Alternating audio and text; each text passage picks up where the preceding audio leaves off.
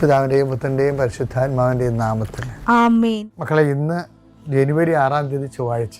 അമ്മേ പരിശുദ്ധ അമ്മേ, അമ്മേ പരിശുദ്ധമേ, ദൈവമാതാവേ, കൃപാസനത്തിലൂടെ ഞങ്ങൾക്കും ഞങ്ങളുടെ ദേശത്തിനും അമ്മ മധ്യസ്ഥം തേടി തന്ന എല്ലാ അനുഗ്രഹങ്ങൾക്കും കൃപകൾക്കും ഞങ്ങളിപ്പോൾ ഹൃദയം നിറഞ്ഞ നന്ദി പറയുന്നു.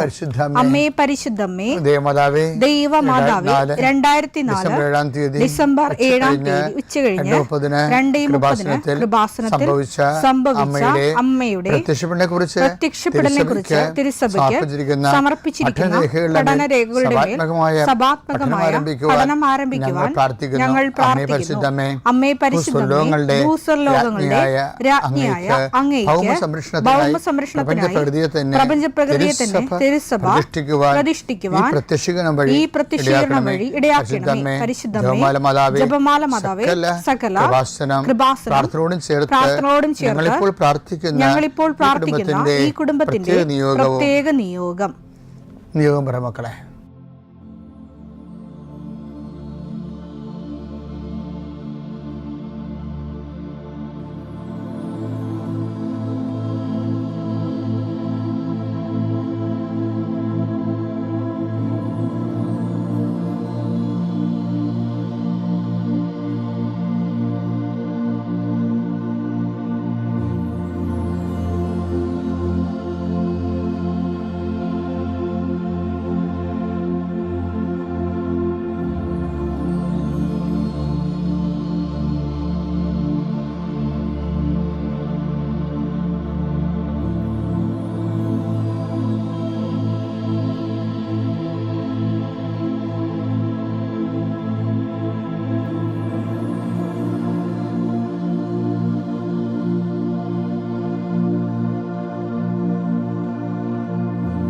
അമ്മയുടെ പ്രത്യക്ഷീകരണത്തിന്റെ ഈ അനുഗ്രഹവേളയിൽ ഞങ്ങൾക്ക് സാധിച്ചു തരുവാൻ കനിയണമേ.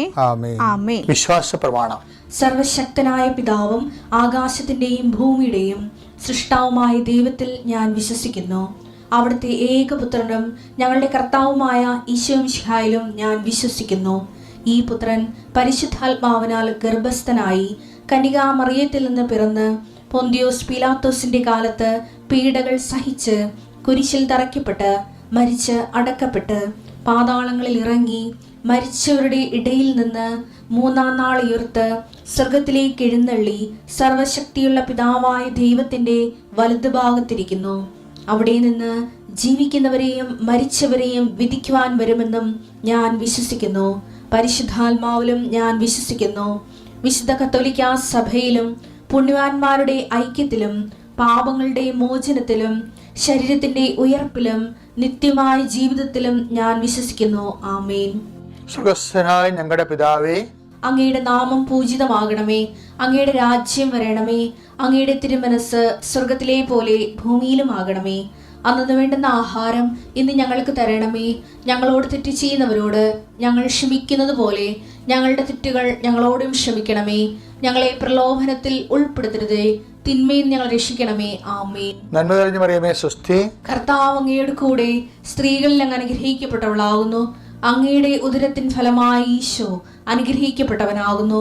പരിശുദ്ധ മറിയമേ, തമ്പുരാന്റെ അമ്മേ, പാപികളായ ഞങ്ങൾക്ക് വേണ്ടി ഇപ്പോഴും ഞങ്ങളുടെ മരണസമയത്തും തമ്പുരാനോട് അപേക്ഷിക്കണമേ. ആമേൻ. കർത്താവേ, നിന്റെ ഉന്നതമായ നാമത്തിന് സ്തോത്രം ചെയ്യുന്നു. കർത്താവേ, ഇന്ന് യാത്ര ചെയ്യുന്നവരെ അവരുപയോഗിക്കുന്ന രേഖകൾ, ഓരോ രേഖകളെയും ഞാൻ കർത്താവിന് സമർപ്പിക്കുന്നു. നിങ്ങളുടെ സർട്ടിഫിക്കറ്റുകൾ, പ്രമാണങ്ങൾ, പാസ്പോർട്ടുകൾ, നിങ്ങളുടെ അപേക്ഷാ ഫോമുകൾ, നിങ്ങളുടെ ബാങ്ക് രേഖകൾ കർത്താവ് സ്പർശിക്കട്ടെ. ഇതുമായി കടന്നു പോകുന്നത് ഇതൊന്നും നഷ്ടപ്പെടാതിരിക്കാൻ കർത്താവിൻ്റെ വിശുദ്ധ മുദ്ര വെക്കട്ടെ.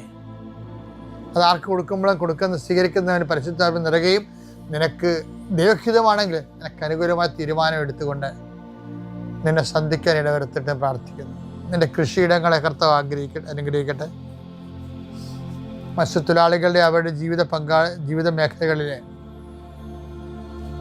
സാമ്പത്തികമായ ബാധ്യതകളും കടങ്ങളുള്ളവരെ കർത്താവ് ഏറ്റെടുക്കട്ടെ. ഏലകൃഷിക്കാർ, റബ്ബർ കൃഷിക്കാർ, റബ്ബർ ടാപ്പ് ചെയ്യുന്നവർ, അതുകൊണ്ടെല്ലാം ഉപജീവനം നടത്തുന്നവർ, പലതരത്തിലുള്ള ഉൽപ്പന്നങ്ങൾ, കാർഷിക ഉൽപ്പന്നങ്ങൾ വിറ്റുമാറാതിരിക്കുന്നവർ, അത് വിറ്റുമാറിയില്ലെങ്കിൽ ജീവിത കാര്യങ്ങൾ നിറവേറാതെ തടസ്സപ്പെട്ട് കിടക്കുന്നവരെ ഈശോ നാമത്തെ ആശീർവദിക്കുന്നു. വിറ്റുമാറാനുള്ള സാധനങ്ങൾ, വള്ളങ്ങളുണ്ടാകും, വലകളുണ്ടാകും, വീടുണ്ടാകും, സ്ഥലമുണ്ടാകും, ഇങ്ങനെയെല്ലാം അതെല്ലാം പെൻഡിങ്ങിൽ കിടക്കുന്ന കാരണം നിൻ്റെ കടങ്ങളുടെ പലിശകൾ കൂടുന്നവരുണ്ട്. കർത്താവേ, ഞാൻ അവരെ കൃപാസ്ഥാനത്താരെ ജീവനോടെ പ്രത്യക്ഷപ്പെട്ട മാതാവിൻ്റെ പ്രത്യക്ഷീകരണത്തിൻ്റെ ആ അടിസ്ഥാനത്തിൽ യേശുവിൻ്റെ നാമത്തിൽ ഞാൻ മക്കളെ ആശീർവദിക്കുന്നു. തടസ്സമുള്ള മക്കളെ കർത്താവിൻ്റെ നാമത്തിൽ ഞാൻ സാക്ഷ്യം പറയാനുള്ള അനുഭവം കിട്ടാൻ വേണ്ടി ഈശോ നാമത്തിൽ ആശീർവദിക്കുന്നു. പിതാപുത്രനും പരിശുദ്ധാത്മാശ്വരസ്വരം നീക്കാമേ. പ്രിയമുള്ളവരെ, ചില സമയത്ത് നമ്മൾ വല്ലാതെ മാനസികമായിട്ട് ടയർഡാകും. എപ്പോഴാണെന്ന് വെച്ച് കഴിഞ്ഞാൽ ജീവിതം നമുക്ക് എടുത്താൽ പൊങ്ങാത്തതാകുമ്പോഴും തന്നെത്താൻ അത് ഭാരം വെക്കുമ്പോഴാണ്. ജീവിതം തന്നെത്താൻ ഭാരം വെക്കുമ്പോൾ ജീവിതം നമുക്ക് എടുത്തുകൊണ്ട് സഞ്ചരിക്കാൻ പറ്റാതെ വരും. അപ്പോൾ പിന്നെ നമ്മുടെ മുമ്പിൽ ഒരു ഒറ്റ ഓപ്ഷൻ മാത്രമേ ഉള്ളൂ. എന്താണ്? യോഹന്നാൻ 14:10. ഞാൻ പിതാവിലും പിതാവ് എന്നിലുമാണെന്ന് നീ വിശ്വസിക്കുന്നില്ലേ? ഞാൻ നിങ്ങളോട് പറയുന്ന വാക്കുകൾ സ്വമേധയാ പറയുന്നതല്ല, പ്രത്യുത എന്നിൽ വസിക്കുന്ന പിതാവ് തന്റെ പ്രവർത്തികൾ ചെയ്യുകയാണ്. അപ്പം നമ്മുടെ പ്രവർത്തികൾ നമുക്ക് എടുത്താൽ പൊങ്ങാത്ത രീതിയിൽ ജീവിതം ഭാരപ്പെട്ട് കഴിയുമ്പോൾ നമ്മുടെ പ്രവൃത്തികൾ എന്ത് ചെയ്യണം? പിതാവ് എന്നിൽ വസിച്ചുകൊണ്ട് തൻ്റെ പ്രവൃത്തികൾ ചെയ്യുന്നുവെന്നുള്ള ഒരു ഇക്വേഷൻ ബൈബിളിലുണ്ട്. അത് നമുക്ക് സെൽഫായിട്ട് പേഴ്സണലായിട്ട് ആപ്ലിക്കേറ്റ് ചെയ്യുമ്പോൾ എന്ത് പറ്റും? നമ്മളിൽ വസിക്കുന്ന ദൈവമായിരിക്കണം നമ്മുടെ ജീവിതം ഏറ്റെടുക്കേണ്ടത്. അപ്പം നമ്മൾ വസിക്കുന്ന ദൈവമായിരിക്കണം നമുക്ക് പകരം നമ്മുടെ എടുത്താൽ പൊങ്ങാത്ത ജീവിതഭാരം ഏറ്റെടുക്കേണ്ടത് എന്ന് പറയുമ്പോൾ അത് കർത്താവ് സിങ്കാക്കുന്നുണ്ട്. എങ്ങനെയാണ്? അധ്വാനിക്കുന്നവരും ഭാരം വഹിക്കുന്നവരും ജീവിതം എടുത്താൽ പൊങ്ങാത്തായി തോന്നുന്നവരും എന്ത് ചെയ്യണം? എൻ്റെ അടുത്ത് വരിക. അപ്പം എൻ്റെ അടുത്ത് വന്നാൽ എങ്ങനെയാണ് ഞാൻ നിങ്ങളെ ആശ്വസിപ്പിക്കാമെന്ന് ഈശോ പറയണം, അല്ലേ? മത്തായി 11:28-29. അധ്വാനിക്കുന്നവരും ഭാരം വഹിക്കുന്നവരുമായ നിങ്ങളെല്ലാവരും എൻ്റെ അടുക്കൽ വരിക, ഞാൻ നിങ്ങളെ ആശ്വസിപ്പിക്കാം. അപ്പം നിങ്ങളെ ആശ്വസിപ്പിക്കാമെന്ന് പറയണത്. കാര്യം ഈശോ ആ ഭാരം നമുക്കെടുത്താൽ പൊങ്ങാത്ത ഭാരം ഈശോ ഏറ്റെടുക്കാവുന്നത്. പക്ഷെ അതെങ്ങനെ എടുക്കും എന്നുള്ളതിൻ്റെ അതിൻ്റെ മെക്കാനിസം എന്താണെന്ന് കൂടി അറിയണം.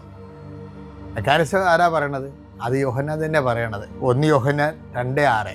അവനിൽ വസിക്കുന്നെന്ന് പറയുന്നവൻ, എന്നിൽ വസിച്ചുകൊണ്ടാണ് പിതാവ് തൻ്റെ പ്രവൃത്തികൾ ചെയ്യുന്നതെന്ന് പറയുമ്പോൾ അവനിൽ വസിക്കുന്നുവെന്ന് പറയുന്നവൻ അവൻ നടന്ന അതേ വഴിയിലൂടെ നടക്കേണ്ടിയിരിക്കുന്നു. 1 യോഹന്നാൻ 2:5.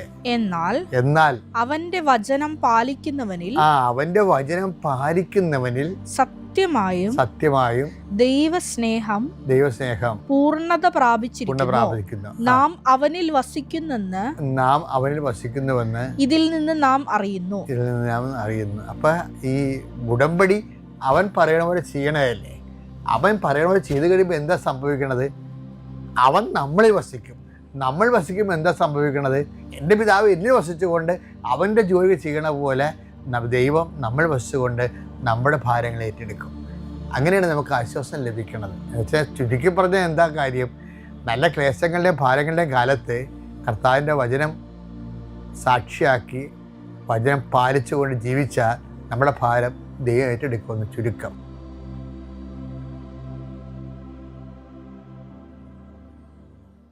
അത്യപൂർവ ദൈവാനുഭവങ്ങൾ ഇനി നിങ്ങൾക്കും സ്വന്തം. ചാനൽ ഇതുവരെ സബ്സ്ക്രൈബ് ചെയ്തിട്ടില്ലെങ്കിൽ ഇപ്പോൾ തന്നെ സബ്സ്ക്രൈബ് ചെയ്യുക. ഈ വീഡിയോ ഇപ്പോൾ തന്നെ നിങ്ങളുടെ സുഹൃത്തുക്കൾക്ക് ഷെയർ ചെയ്തുകൊണ്ട് കർത്താവിൻ്റെ പ്രേക്ഷിതരാകുക.